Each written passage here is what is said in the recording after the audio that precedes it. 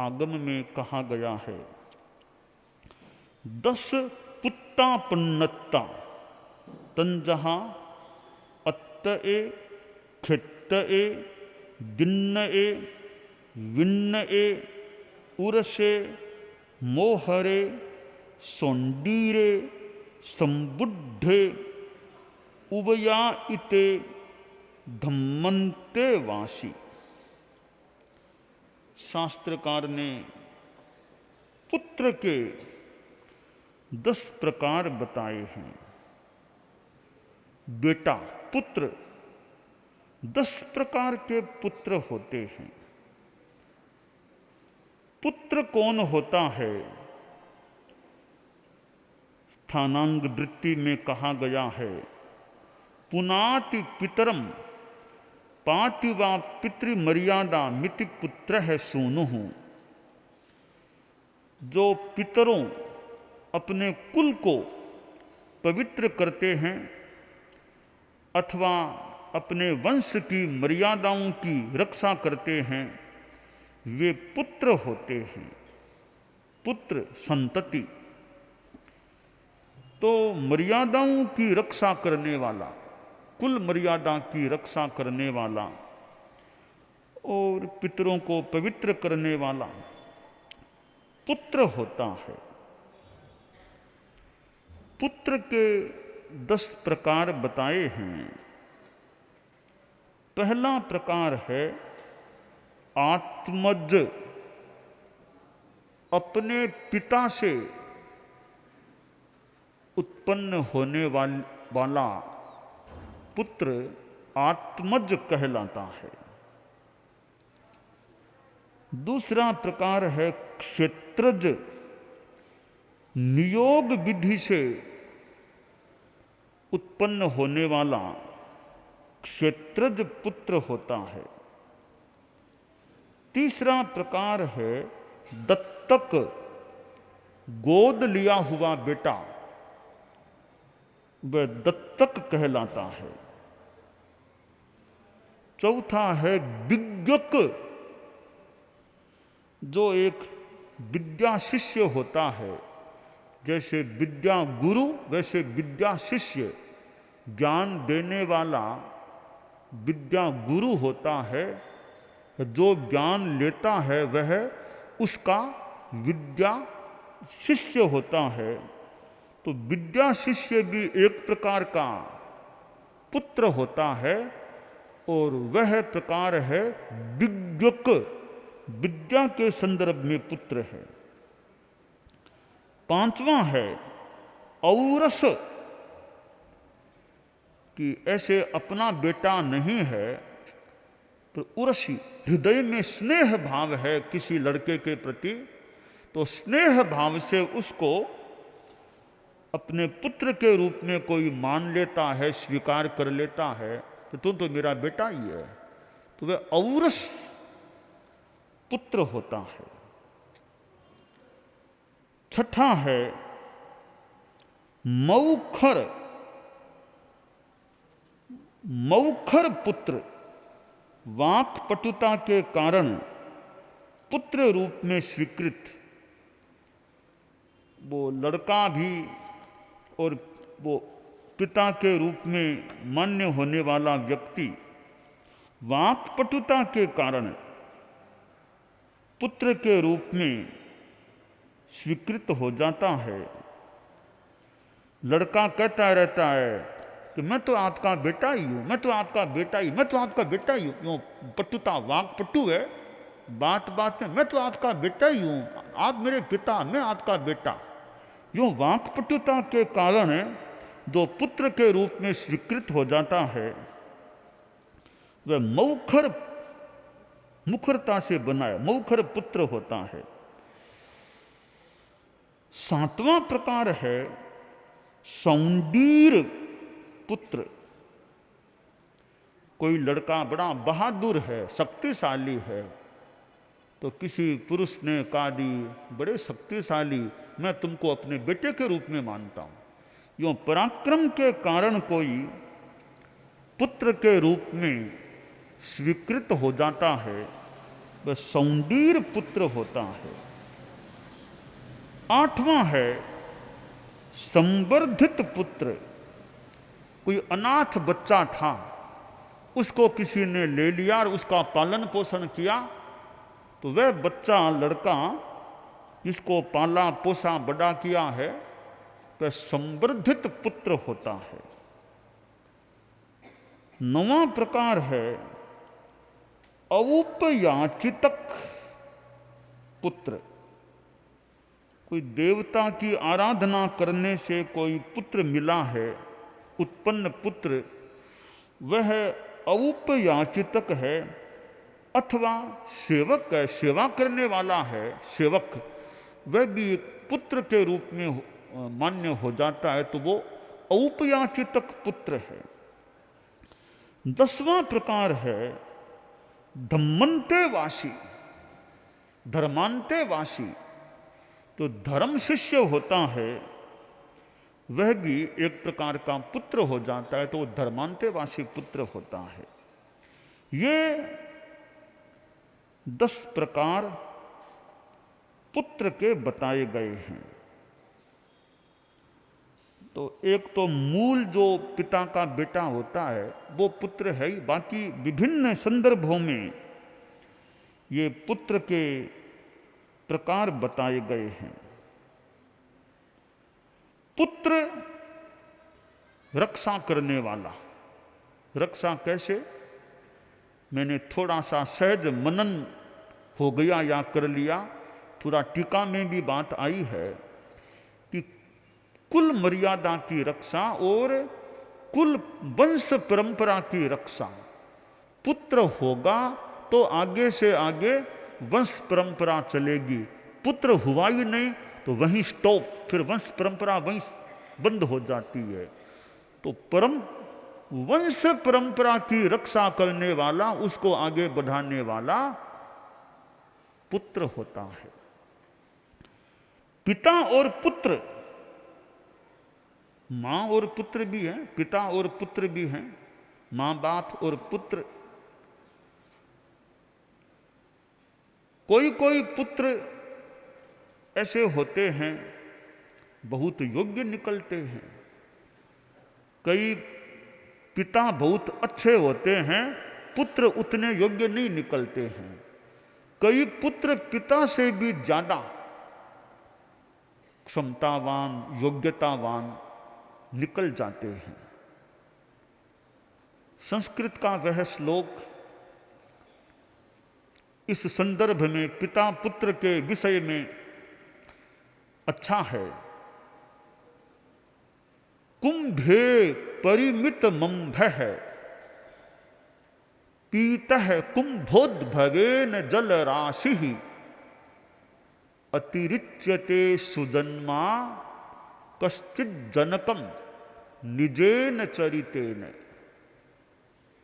कोई कोई बेटा पुत्र अपने चरित्र से, अपनी योग्यता से, अपने कार्यों से, अपने पिता से भी आगे निकल जाता है। उदाहरण दिया गया कैसे? एक ऋषि, अगस्त्य ऋषि हुए हैं, जिन्हें घटोद्भव, कुंभोद्भव भी कहा जा सकता। अगस्त्य ऋषि घटोद्भव हैं, घड़े में उत्पन्न हुए ऐसा माना जाता है। तो बताया गया कुंभे परिमित मंभः है कि घड़े में तो थोड़ा सा सीमित पानी ही समाता है। सीमित पानी को रखने वाला, समा सकने वाला घड़ा होता है, उसकी क्षमता थोड़ी सी है घड़े की, थोड़े से पानी को अपने में समा सकता है। परंतु घड़े से पैदा होने वाले अगस्त्य ऋषि तो समुद्र को पी गए, कितनी क्षमता थी। तो हम घड़े को पिता मान लें अगस्त्य ऋषि का, अगस्त्य ऋषि को घड़े का बेटा मान लें, तो बेटा घड़े से कितना आगे निकल गया। घड़े में सीमित सा पानी समा सकता है, अगस्त्य ऋषि समुद्र को ही पी गए। यानी कवि ने कहा कि अतिरिच्यते सुजन्मा, कोई ऐसा सुष्ठु जन्म वाला बेटा पुत्र होता है, जो पिता से भी आगे निकल जाता है। तो वह पुत्र धन्य है जो पिता से भी आगे निकल जाए। और पिता के लिए एक संदर्भ में गौरव की बात कि मेरा बेटा मेरे से भी आगे निकला है, अच्छी बात है, मेरा बेटा मेरे से भी आगे निकल गया। पुत्र होता है। अब पुत्र कैसा है? संसार में बेटा होता है, पिता होता है। पुत्र का पिता के प्रति फर्ज होता है, पिता का पुत्र के प्रति भी फर्ज होता है। पिता का कर्तव्य है कि मेरी संतान शिक्षित, संस्कारित, अच्छी, योग्य बन जाए, सक्षम बन जाए। मैं उनको सक्षम बनाने का प्रयास करूं, चाहे पढ़ाई का क्षेत्र है और कोई क्षेत्र है, वो सक्षम हो जाएं। वो एक पिता का मानव फर्ज कि मेरी संतान, मेरा पुत्र सक्षम बन जाए, योग्य बन जाए, पढ़ाई में भी अच्छा हो, संस्कारों में अच्छा हो, अच्छा योग्य बन जाए, संसार में आर्थिक दृष्टि, अर्थार्जन, जीविका उपार्जन में भी कहीं कमजोर न रहे। ये पिता के एक कर्तव्य है, ऐसा प्रतीत होता है। तो पुत्र का भी पिता के प्रति फर्ज होता है कि जो पिता, माता पिता दोनों को मान लें, पालन पोषण करने वाले, आगे बढ़ाने वाले, तो बाद में माता पिता मानो वृद्ध हो गए हैं। अब पुत्र का फर्ज है माँ बाप की सेवा का ध्यान देना। पहले माँ बाप बेटे की सेवा करते हैं, फिर बेटे का फर्ज है माँ बाप की सेवा का ध्यान रखे। तो नारियल नालिकेर होता है, प्रथम वयसि पीतम तोय मल्पम स्मरंत है, शिरसि निहित भारा नालिकेरा नराणम, उदक ममृत तुल्यम दद्यु राजीवितांतम, नहीं कृत मुपकारम साधवो विस्मरंती। कि पुत्र सोचे भी मुझे कैसे पाला पोसा है माता पिता ने, आज ये अब वृद्ध हो गए, अब इनके शरीर में अक्षमता आ गई है, अब मेरा फर्ज है कि मुझे कैसे इन्होंने पाला पोसा था, अब मैं इनकी सेवा का ध्यान दूं। जैसे नालिकेर कितना पानी देता है, नारियल का पानी पीने में कई बार बहुत अच्छा भी नारियल का पानी है, तो पहले पानी लिया था, उस उपकार को याद रखते हुए अब वापस कितना पानी नालिकेर दे देता है। तो माता पिता का, संसार में माता पिता का उपकार और धर्म गुरु का उपकार। फिर देखें कोई सेठ आदि जो व्यापार आदि में योग्य बनाते हैं, इन कईयों का बड़ा जीवन में उपकार हो सकता है। एक संस्कृत में एक और श्लोक आता, ये तो नालिकेर की बात बताई, एक और है हंस, राजहंस की बात है। भूक्ता मृणाल पटली भवतानि पीतान्यम्बोनि यत्र जलजानि निषेवितानि, रे राजहंस वदतस्य सरोवरस्य, कृत्येन केन भवितासि कृतोपकार है। राजहंस को संबोधित कर कहा गया कि हे राजहंस, उस सरोवर के उपकार से तुम कैसे उऋण हो सकते हो, जिस सरोवर में तुम रहे, मृणाल को खाया है, पानी को वहां से ग्रहण किया, कमलों को सेवन किया, पानी पिया, कमलों का सेवन किया, मृणाल पटली का भक्षण किया। जिस सरोवर में तुम्हें तीन चीजें मिली, मृणाल, जल और कमल, जिस सरोवर से, उस सरोवर के उपकार से तुम ऐसा कौन सा काम कर सकते हो कृतोपकार वापिस उपकार कर सको और उर्ण हो जाओ। यानी जो उपकारी उपकार करते हैं उनके उपकार से उर्ण होने का प्रयास जितना औचित्य के साथ हो सके, तो पुत्र के लिए माता पिता का बड़ा उपकार होता है। जो पालन पोषण करने वाले, आगे बढ़ाने वाले होते हैं। भगवान महावीर ने माता पिता का कितना ध्यान दिया। जब तक माता पिता रहे और तो क्या, साधुपन भी नहीं लिया कि माता पिता जीवित है तब तक दीक्षा नहीं लेना है। श्रवण कुमार को हम विद्यालयी जीवन में पढ़ा था, थोड़ा पाठ आता था श्रवण कुमार का किताब में, कैसे माता पिता की श्रवण कुमार ने सेवा की। ये सांसारिक संदर्भ हो सकता है, यानी माता पिता, कई पुत्रों में माता पिता के प्रति बड़ी आज्ञाकारिता निष्ठा होती है, और कई पुरुषों में मां के प्रति बड़ी निष्ठा, बड़ी सम्मान की भावना, मां का सम्मान कि मां ने कह दिया, इस बात को ध्यान। तो कई पुरुषों, जो बड़े बड़े पुरुष, तो मां के प्रति उनके मन में एक विशेष सम्मान, विनय का भाव भी कहीं कहीं नोट किया जा सकता है। इतने बड़े आदमी हैं पर मां के प्रति सम्मान है।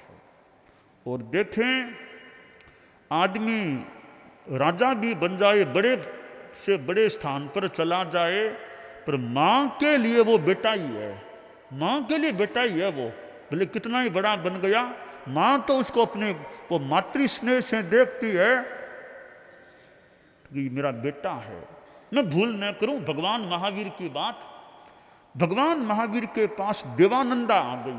देवानंदा तो भगवान महावीर इतने बड़े महापुरुष कि भगवान महावीर को देखा, मैं भूल न करूं, तो देवानंदा के स्तन में दूध निकलने लग गया कि भगवान महावीर मूल तो उन्हीं के बेटे थे। तो महावीर को देखा तो देवानंदा के स्तन से दुग्ध धारा निकलने लग गई। तो इतना स्नेह था। तो आदमी कितना ही बड़ा बन जाए, मां के लिए वो बेटा ही है, बेटा होता है। तो पुत्र का भी फर्ज भी कि माँ बाप का मेरे पर उपकार है तो मैं क्या कर सकता हूं माँ बाप। इसी तरह गुरु, कि मेरे धर्म गुरु जिन्होंने मुझे दीक्षा दी है, कि धर्म में आगे बढ़ाया है, प्रेरणा दी है, शिक्षा दी है, पथ दर्शन दिया है, तो गुरु का मेरे पर बहुत बड़ा उपकार है। मैं गुरु के उपकार से कैसे कितना उऋण हो सकता हूं। और यूं ही कोई जो सेठ ऐसे जो व्यापार की दृष्टि से, आर्थिक दृष्टि से जो प्रशिक्षण दे देते हैं, आगे बढ़ाते हैं, सहयोग कर देते हैं, कठिन स्थितियों में आर्थिक सहयोग देकर के परिवार को एक सुरक्षित कर रख लेते हैं, ऐसे सेठ जैसे व्यक्ति तो व्यापार आदि में आगे बढ़ाते हैं, उनका भी अपना सांसारिक उपकार हो सकता। तो ऐसे जीवन में कई कई व्यक्ति बड़े उपकारी होते, और भी जीवन में ऐसे कई उपकारी व्यक्ति हो सकते हैं। तो उपकारी का उपकार इग्नोर नहीं करना चाहिए, उसकी उपेक्षा नहीं करना चाहिए कि मेरे पर उनका उपकार है, मेरे उपकारी हैं। तो उपकारी के प्रति एक मन में वो सम्मान की भावना, कृतज्ञता की भावना भी रहती है।